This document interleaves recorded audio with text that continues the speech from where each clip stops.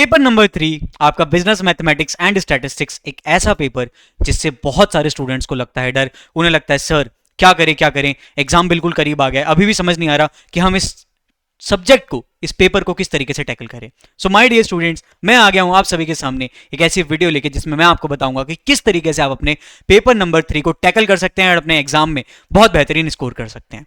Hello to all ladies and gentleman, boys and girls, how are you all? I hope you all are fit and fine. Myself Piyush Pawa, your educator of business mathematics and statistics at your CMA Sarathi. My dear झल्लों, जिगर के छल्लों,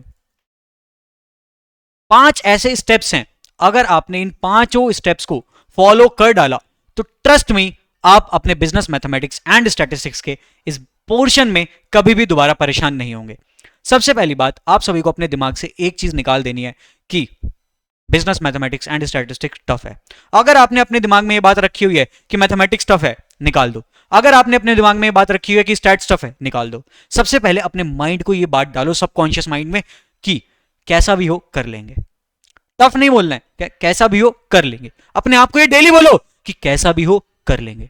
अब आ जाओ, ध्यान दो, कौन कौन से आपके 5 स्टेप्स हैं जिन 5 स्टेप्स को फॉलो करके आप अपने बिजनेस मैथमेटिक्स एंड स्टैटिस्टिक्स के इस पूरे पोर्शन में परेशान नहीं होंगे। सबसे पहला आपका पोर्शन है क्या, सबसे पहला स्टेप है क्लियर योर कॉन्सेप्ट्स। मैथमेटिक्स में ना स्टूडेंट्स कहते हैं सर जिक जिक जिक जिक जिक जिक जिक आंसर आ गया, जिक जिक जिक आंसर आ गया, जिक जिक आंसर आ गया। बहुत अच्छी बात है, आप सभी का आंसर आ गया, आप सभी ने मैच कर लिया, आपका आंसर परफेक्ट है। लेकिन क्या आपको उसके आंसर निकालने का प्रोसेस पूरा पता है? कैलकुलेटर पे आना चाहिए, मैं एक एक क्वेश्चन कैलकुलेटर पे कराता हूं, सारे क्वेश्चन, बट क्या आपको उसका मेथड पता है? क्या आपको ये पता है कि आपने तो एक टर्म पढ़ी, आपने उस एक टर्म पे रट लिया कि यार ये टर्म होगी ना तो कैलकुलेटर पे ये प्रोसीजर करके आंसर आ जाएगा। लेकिन क्या आपने कभी भी उसको समझने का पूरा लॉजिक समझा है? क्या आपने कॉन्सेप्चुअली समझा है कि ये क्वेश्चन ऐसे क्यों हो रहा है? अगर तो हाँ तो बहुत अच्छी बात है, अगर तो ना तो यही सबसे बड़ी दिक्कत है।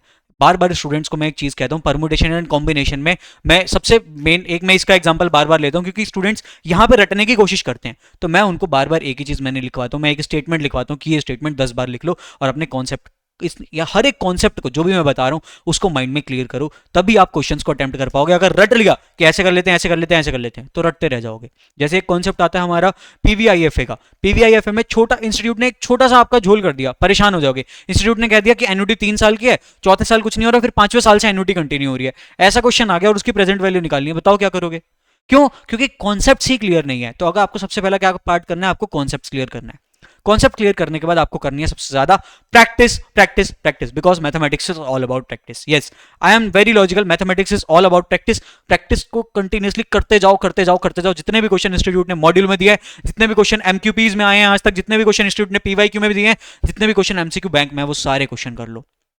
एंड यही प्रैक्टिस की सीरीज मैंने अभी आप लोगों के साथ ली थी, जहां पे मैंने 4 दिन अब बेहतरीन तरीके से आपके साथ मैंने एमसीक्यू बैंक कराया था, सबका एमक्यूपीज कराए थे, एज वेल एज अपने चैप्टर वाइज प्रैक्टिस क्वेश्चंस भी कराए थे जो मैं अपने पेड स्टूडेंट्स को देता हूं।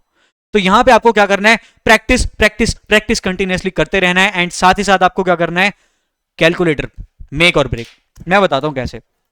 स्टूडेंट्स क्या करते हैं, क्योंकि अब 6 महीने हो गए, एटलीस्ट 4 महीने तो सबको हो गए पढ़ते हुए, क्या करते हैं? 6, जैसे मैं बताता हूं क्या, अगर आपको निकालने क्या 6 क्या कहते हैं 1.06 की पावर 12, तो 1.0 आंसर इतनी जल्दी जल्दी निकालते हैं। अब आप मुझे बताओ, वहां कोई रेस लगी है?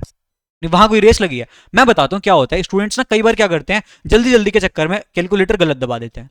मेरे साथ भी होता है, बिकॉज मेरा तो कैलकुलेटर पहले दूसरा था, अब ये कैलकुलेटर, तो मेरा इस पे जल्दी से हाथ सेट नहीं है। बट बहुत सारे स्टूडेंट्स का हाथ सेट होता है, और आपको यही चीज ध्यान रखनी है कि जिस कैलकुलेटर पे आपका हाथ सेट है, पहले तो आपको उसी कैलकुलेटर को लेके जाना है एग्जाम में, कोई और कैलकुलेटर मत लेके जाना। सेकेंडली, आपको कैलकुलेटर आराम से करना है। जैसे अगर आपको निकालना है 9 की पावर 1/3, तो 9 दबाओ और फिर 12 टाइम्स रूट दबाओ, 1 2 3 4 5 6 7 8 9 10 11 12। इतनी स्पीड काफी है। इससे जल्दी करने जाओगे करो, कोई दिक्कत नहीं है, but -1 equals to multiply equals to ये करते जाओगे ना, तो कहीं ना कहीं स्टेप हो सकता है गलत। तो इसलिए कैलकुलेटर करो, जल्दी स्पीड में करने की कोशिश करो, बट इतनी स्पीड में ना कि आपको आंसर डबल चेक करना पड़े। एक ही बार करो, अच्छे से करो, और कैलकुलेटर इसी तरीके से आपका मेक और ब्रेक है। क्योंकि एक स्टेप गलत, 0.6 की जगह अगर आपने 0.3 ले लिया, पूरा आंसर गलत हो जाएगा। तो इसीलिए कैलकुलेटर जल्दी करो, बट इतनी जल्दी भी नहीं कि आपको दोबारा क्रॉस चेक करने आना पड़े। नेक्स्ट है आपका टाइम बेस्ड टेस्ट। स्टूडेंट कहते हैं सर हमने क्वेश्चंस की प्रैक्टिस तो कर ली है, हमने क्या कर लिया, क्वेश्चंस की प्रैक्टिस तो कर ली है, लेकिन हमारा तब भी अभी भी वो कॉन्फिडेंस नहीं आ रहा, क्योंकि हम क्या कहते हैं, जैसे एग्जाम में जाएंगे कहीं हम ब्लैंक ना हो जाए, डर लगता है। तो आपको देने हैं टाइम बेस्ड टेस्ट। जो आप टेस्ट अपने पास में देते हैं उनसे वो आपको टाइम लगा के देना है। टाइमर लगाओ और टाइमर लगा के बैठो कि 1 घंटा आपको एग्जाम में मिलेगा ना 50 क्वेश्चन करने के लिए, यहां भी मैं 1 ही घंटा लूंगा। 1 घंटे बाद जितने क्वेश्चन नहीं हुए उन्हें छोड़ दो और इवेल्युएट करो जितने क्वेश्चन आप कर पाए उसमें आपके मार्क्स कितने आ रहे हैं। तो आपको टाइम बेस्ड टेस्ट देना है। एंड लास्ट है आपका एबीसी एनालिसिस। एबीसी एनालिसिस में मैंने आपको ये बताया था कि किस चैप्टर को रिवाइज करने के लिए आपको कितना टाइम देना चाहिए अप्रोक्सीमेटली। मैंने ये नहीं कहा था इतना ही दो। जैसे कि एग्जांपल के लिए आपने ए कैटेगरी में 5 घंटे दिए हैं तो बी कैटेगरी में आप उसका 70% दोगे एंड सी कैटेगरी में आप उसका ए कैटेगरी वाले का 40% दोगे। इतना टाइम आपको डिवोट करके चलना है। तो एबीसी एनालिसिस में मैंने आपको वो चैप्टर्स बताए थे जिसमें आपको सबसे ज्यादा टाइम देना है, उससे कम किस में देना है और सबसे कम किस में देना है। तो एबीसी एनालिसिस को आप लोग रेफर कर सकते हैं, जिससे आपको ये पता चल जाएगा कि आपको कौन से टॉपिक को प्रायोरिटी देनी है एंड कौन से टॉपिक को आपको कब उठाना है। माय डियर झल्लो, जिगर के चलो, आज की वीडियो में बस इतना ही। आप सभी से जाने से पहले एक ही चीज कहूंगा, मैथमेटिक्स यस आई अग्री थोड़ा सा चैलेंजिंग लगता है स्टूडेंट्स को। क्यों? क्योंकि बहुत सारे स्टूडेंट्स नॉन मैथ बैकग्राउंड से आए होते हैं। बट ट्रस्ट मी, जब मुझसे कोई ये कहता है ना सर मैं नॉन मैथ्स बैकग्राउंड से, मैं ज्यादा खुश होता हूं, क्योंकि उसे समझाना और बताना इजी होता है एज कंपेयर टू जो मैथ्स बैकग्राउंड से होता है। वो तो कहता है सर इसे हम ऐसे भी तो कर सकते हैं, इसे हम ऐसे भी तो कर सकते हैं। वो परेशान करता है वो, क्योंकि उसे होता है कि वो अपनी जगह सही है कि हमने 11th-12th में ऐसे सीखा था। लेकिन माय डियर छल्लो, जिगर के छल्लो, ये 11th-12th नहीं है, वहां पे लिखना होता था, यहाँ कैलकुलेटर है। तो आपको अलग अलग मेथड्स अपनाने होते हैं, इसलिए नॉन मैथ्स वाले स्टूडेंट्स के लिए कंपैरेटिवली ज्यादा ईजी है यहाँ पे स्कोर करना। लेकिन उसके लिए आपको एक स्ट्रैटेजी फॉलो करनी पड़ेगी, और वो स्ट्रैटेजी क्या है कैसे नहीं है ऑलरेडी आप लोगों के साथ यहाँ पे अभी मैंने डिस्कस कर लिया है। एक एबीसी एनालिसिस की वीडियो जरूर देखना, वहां पे आपको पता चल जाएगा कि क्या आपको रेफर करना है, कौन से चैप्टर में कितना टाइम देना है कितना नहीं। जाने से पहले एक आखिरी बात इतनी ही कहूंगा, अंतिम वक्त बचा है, अंतिम क्षण बचे हैं, अपनी पूरी जान लगा दो, नहीं तो जाने दो। आइदर लीव इट और live for it. Last few hours is left, last few days are there to decide on which path you will go. क्या आप दोबारा सीएमए फाउंडेशन की प्रिपरेशन कर रहे होंगे या फिर आप सीएमए इंटर की प्रिपरेशन कर रहे होंगे हमारे साथ। तो माय डियर स्टूडेंट्स, आज की वीडियो में बस इतना ही।